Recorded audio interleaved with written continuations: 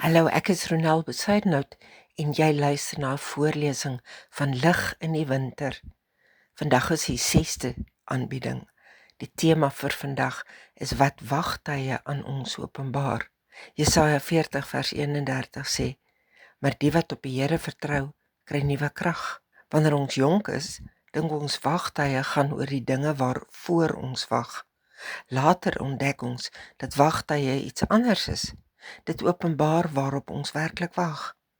Solank die lewe verloop soos ons beplan, is dit maklik om te glo, maar wagtye stroop ons van beheer. Ons kan nie die uitslag afdwing nie. Ons kan nie die tydsberekening verstel nie. Ons kan nie God se agenda bestuur nie. En juis dit is waarom wagtye so ongemaklik is. Ballingskap het dieselfde aan Israel gedoen. Die volk moes leer dat God nie net die God van Jerusalem is nie. Hy is ook die God van die vreemde land. Hy is nie net God wanneer die tempel staan nie. Hy bly God wanneer die tempel verwoes is. Jesaja se beloftes is merkwaardig.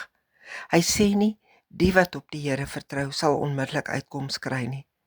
Hy sê, hulle sal nuwe krag ontvang. Soms verander God eers die omstandighede. Soms gee hy eers die krag om daarin te bly staan. En baie gelowiges sal getuig dat laasgenoemde die groter wonderwerk is.